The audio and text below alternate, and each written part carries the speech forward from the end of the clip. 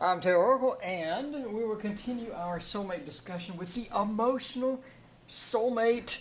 You have three soulmates. You have physical, emotional, and mental. Now, we already talked about the physical soulmate, which is represented by Lost in Translation, where you just had this thick air around them. And it was one of those things where at the end of that movie, when they finally embraced, it was like just the pinnacle moment in the movie. It's one of the most powerful moments of romance ever. It was awesome. So, the emotional soulmate, represented by When Harry Met Sally, one of the oldest and most reliable romance movies. Everyone loves that movie. So, the emotional soulmate is when you have the emotional connection with someone. You can talk about emotions, you can feel their emotions, and you also get basically superpowers. We'll talk about the superpowers later, but When Harry Met Sally, why does this movie represent this so well? Well, they're constantly on the phone talking about emotions. When one has an emotion, they can sort of almost sense it when each other has different emotions. So they're connected like that. Now, be aware that this is not one of the situations where somebody's using you as an emotional trash can. And we see that everywhere, right? People get all excited, they meet someone, they connect with someone, they can talk about stuff with someone. But unfortunately, that person uses you as an emotional trash can. They think you're their therapist. They just dump and dump and dump on you and really don't listen to anything that you say. They just wait for you to stop talking so they can start talking again and dump on you. This is not the situation. This is where you're connected, and you're connected from a distance. So you can be a pretty good distance and know what each other is feeling. So you sort of sense that. So if we're going through a breakup or something, When Harry Met Sally, they would call each other and they would talk about things. Now, you're probably asking, wait a minute, they're yakking on the phone. Isn't that like a mental soulmate? Well, it depends on what you're talking about. If you talk about the weather, talk about stuff, their conversations really leaned towards the emotional. And when one had a breakup or one had something happen, they would call each other and talk about it because it was important to share that emotion or to feel that corresponding emotion with the other person. And it's one of those things where you're not complete until you feel that emotion with your emotional soulmate. So again, it's that deep connection of emotion. So when you have one, you not only want to share it, but the other person is anxious to feel the same thing that you felt. So it's interesting. So this is traditionally what you would call true love, right? So the physical soulmate is that big bang, the traditional soulmate, like, oh, I'm really attracted, something about this dude. The emotional soulmate, maybe not so much, right? When Harry Met Sally, when they met, they just clashed, right? Blah. They clashed. They didn't get along well. It was one of those things where he was saying weird crap and she was just sort of putting up with him. They didn't get along that well, and that's kind of the start of the emotional soulmate. That's why a lot of times an emotional soulmate will get put into a friend zone, right? Because you really didn't have that physical boom, and you need that physical boom. A lot of people need that in order to be attracted to them. But emotional soulmate, you're attracted to them in a different type of way. And a lot of times you may get friend zoned, or you may put this person in a friend zone when in fact they could be your true love. Now, obviously you need to be physically attracted to the person to sort of continue that true love cycle, right? Otherwise, maybe friend zone is a good spot.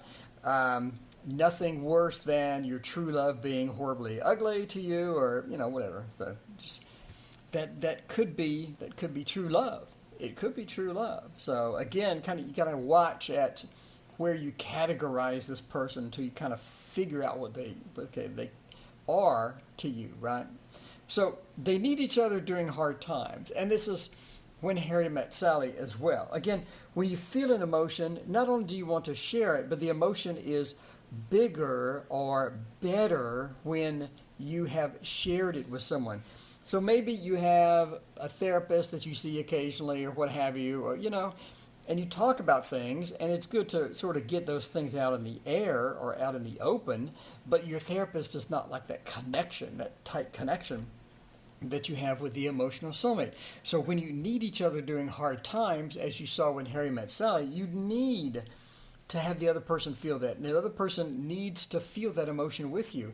So the emotion is better, or the emotion is stronger when the other person is sharing it with you, which leads to sort of the superpowers we'll talk about in a minute.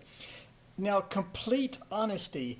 Emotional soulmates, you'll tell them crap you've never told anyone. You've never told your parents, you've never told your therapist, your best friend, you've never told anyone. But an emotional soulmate, you'll tell them stuff, and it comes naturally. It's really weird. You'll just be tell them something that you've never told anybody. It's not like you don't preface it like, oh, by the way, I've never told anyone this my whole life. You're the first person. Are you ready? Are you ready for this information? You ready? All right, here it is. You don't do that. You'll just be blah, blah, blah, blah, and you just blurt it out. And you'll be like, well, crap. I don't think I've ever told anyone that. So it's complete honesty. You share uncontrollable sharing, right? You share things that no one else has heard. Maybe you have this fear of, being broken up with, or maybe you have this fear of whatever, but and you share that. It's like this complete honesty, and it comes naturally. You don't preface it, you just blurt it out. And then later you're like, why not even tell them that? Now, rock solid friendships and always friends after breakup. Now, that's one of the things. An emotional soulmate is really hard to get rid of, right?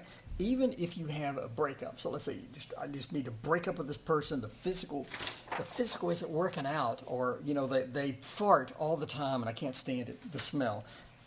Even if you break up with this person, right? You're still friends. You're still friends, and it's important to you to still be friends. It's one of those things. A physical soulmate, when you break up, it's just blah blah. It's just pretty hardcore. Physical soulmate breaking up. But emotional soulmate just goes this smooth transition between relationship and friendship, right? Obviously, that's going to depend on how terrible the person is. So, if they're just pure evil or whatever or what have you, then you may not transition to friendship. May not be a wise decision. But usually, if they're not just terrible, usually it's a rock solid friendship where you're there, you're in love with them, and you're still in love with them. You always be in love with them, right? Now, do you have the breakup, the after the breakup get back together like on the physical soulmate? Oh, maybe not. Maybe not. You have that connection. Maybe you get back together because of that emotional connection, because of that true love. You always wondered, was that person my true love? Were they my true love or not? But maybe, general rule, you're usually friends. Breakup goes pretty smoothly. You're usually friends. All right. So let's go to when Harry met Sally bad side. You may friend zone them too quickly. That happens. It does happen. You're like, I got this connection. I didn't have that big boom. They're not my physical soulmate. I don't know who they are, but they sure can talk about emotions. I sure feel comfortable with them. Maybe I'm going to friend zone this person. So you may friend zone them too quickly. Then you miss out on the true love, right? Because transitioning from friend zone back, always awkward, weird. Even if it's possible, it's always weird, whatever. So you may friend zone them too quickly. And that could be bad. That could be real bad. You could lost out on your true love. All right. You may have no chemistry physically. Again, they may just fart constantly and it smells like something died. But you may just have no chemistry, right? The physical may not be there. And if you got the physical with the physical soulmate, you can work out the mental and the emotional. You can probably work it out, right? If you don't, you're going to have that terrible breakup. But you could probably work it out. Working out physical is kind of hard. If you're not physically attracted to them, tough luck. Kind of hard to fake that. I really dislike how you look, and but let me fake it. That's hard. It's hard. It's almost impossible sometimes. So, no chemistry. Got that no chemistry physical. You're maybe not going to have that true love. Maybe you're going to be friend zoning them too quickly. Appears weird. No, appears at weird times. So this is the thing about the emotional soulmate. I'm glad you watched this video because you wouldn't know this.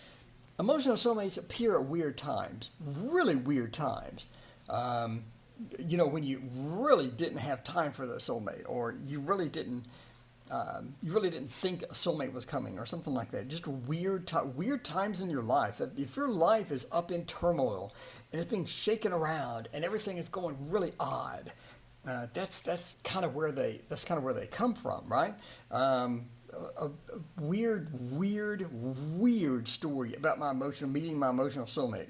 Beyond strange. If I told you, actually wouldn't believe me. It's so weird. I'm not really gonna say it. Okay.